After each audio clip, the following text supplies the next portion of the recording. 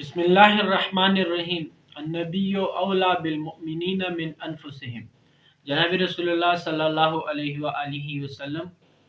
سیرت پر ہم بات کر رہے تھے،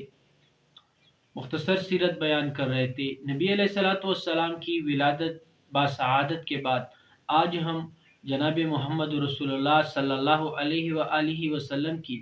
اذانت اور اذاعت پر بات کریں گے۔ جناب رسول اللہ صلی اللہ علیہ وآلہ وسلم کی ولادت کے بعد 3 یا 4 دن نبی علیہ الصلوۃ والسلام کو اپنی والدہ ماجدہ نے دودھ پلایا۔ اس کے بعد جناب رسول اللہ صلی اللہ علیہ وآلہ وسلم کی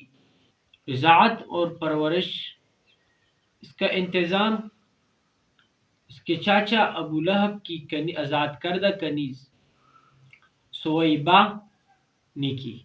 اور سویبہ وہی کنیز ہے، وہی باندی ہے جو نبی علیہ الصلوۃ والسلام کی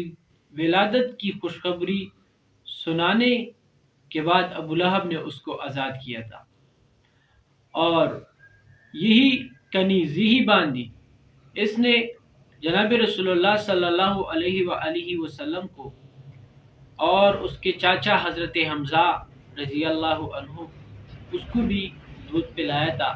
اسی وجہ سے حضرت حمزہ رضی اللہ اور محمد رسول اللہ صلی اللہ علیہ وآلہ وسلم رضائی بھائی بھی تھے۔ نبی علیہ الصلوۃ والسلام کی رضاعت سویبہ کے بعد حلیمہ بنت ابی ذؤیب نے بھی کی، اور عرب کے شرفاء اور معزز خاندان کا یہ رواج تھا کہ جب بچہ پیدا ہو جاتا تو وہ اس کو دیہات لے کر جاتی، کیونکہ دیہات کا آب و ہوا یہ صحت کے لیے اب بہت مفید ہوتا ہے اور تر و تازہ ہوتی ہے، اور ساتھ ساتھ وہاں کی جو عرب کی فصیح و بلیغ زبان تاکہ وہ بچہ حاصل کر سکے، اور اسی طرح اصلی تمدن جو عرب کا ہے وہ بچہ حاصل کر سکے۔ حلیمہ سعدیہ یہ بیان کرتی ہے کہ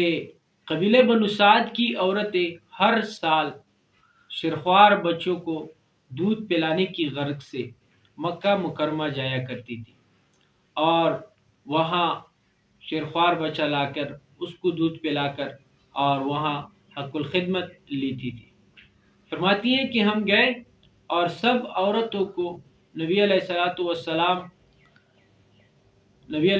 والسلام کو سب عورتوں پر پیش کیا گیا، لیکن نبی علیہ الصلوۃ والسلام چونکہ یتیم تھے، اس وجہ سے کسی عورت نے اس کو قبول نہیں فرمایا۔ تو میں اور میرا شوہر اور میرا ایک شیرخوار بچہ ہم بھی ساتھ گئے، اور آخر میں جب ہم وہاں پہنچے ہم نے جناب رسول اللہ صلی اللہ علیہ وآلہ وسلم کو لایا، کیونکہ اور کوئی بچہ ملا ہی نہیں۔ میں نے اپنے شوہر سے کہا کہ میں اس بچی کو اپنے ساتھ لے کر جاؤں گی، تو شوہر نے کہا جیسی آپ کی مرضی، شاید اس بچی کی وجہ سے اللہ ہمیں خیر و برکت عطا فرمائے۔ اور فرماتی ہے کہ جب ہم بانی سعد سے مکہ آئی تو ایک اونٹنی اور ایک گدی تھی،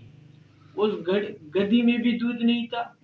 اور ساتھ ساتھ اونٹنی میں بھی دودھ نہیں تھا، اور ساتھ ساتھ جو میرے پستان تھے وہ بالکل خشک ہو چکے تھے۔ لیکن جیسے ہی نبی علیہ الصلوۃ والسلام کو ہم رضاعت کی غرض سے لے کر آئے، تو جب ہم واپسی میں آ رہے تھے تو ہماری جو لغر اونٹنی تھی وہ بھی تیز سفر کرنے لگی، اور جو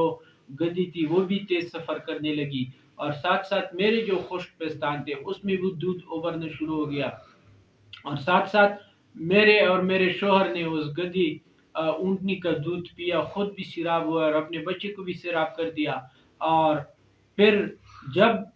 وہ نبی علیہ الصلوۃ والسلام کی ذات آئے ہمارے ساتھ، ہم پہنچے اپنے قبیلے، تو اور جانوروں میں اور اونٹنیوں میں بکریوں میں دودھ نہیں ہوا کرتا تھا، اور جب ہم اپنی بکریاں اور ہماری اونٹنیاں جب گھر آتی تھی، یعنی ان کے پستان دودھ سے بھر کر آتے تھے، تو لوگوں نے کہا اپنے غلاموں کو کہ جہاں حلیمہ سعدیہ